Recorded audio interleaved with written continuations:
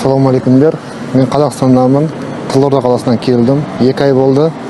Осы Галбасын цех Черкизовда жұмыс жасап жатқаныма. Менің жұмысым СК. Галбасын цехтамын. Айтар болсам, Галбасын өндіреміз. Жұмыс орны өте жақсы. Аппақ киімдеміз. Оператор, бригада, мастерлер уже үйренісіп қалғанбыз.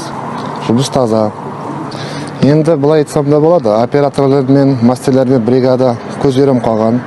Күнде смен мен біргеміз. Айналып келгенде күн істейсің, түн істейсің.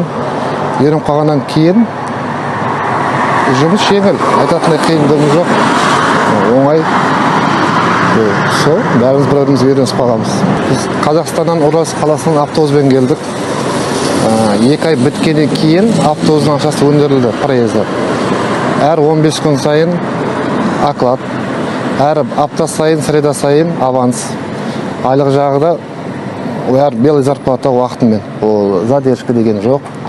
Бәрі өзі орынмен. Общежитте 6 адамымыз, душа, туалеті ішінде, кухнясы бар. Өзің қаласаң тамақ істейсің. Бірақ негізінде біз жұмыс орнында өзіміз обедті кешкісін жұмыс орнында жейміз. Егер дополнительный қаласақ жұмыс орнында жататын жерде общагіде өзіміз тамақ істеп жейміз. Бәрі жақсы, таза, ішін тазалайды. Стиральный машина бар, кір жуатын жері бар. Енді шақырамын жұмысқа. Галбасын цехқа, Черкизоваға. Жұмыс оңай. Егер айлық тауып табам десеңдер, келіңдер. Әр 15 күн сайын оклад. Апта сайын жаңағы авансы бар. Айлық уақытымен картаға түседі. Келіңіздер, жұмыс істеймін, шақырамын. Сол, болды.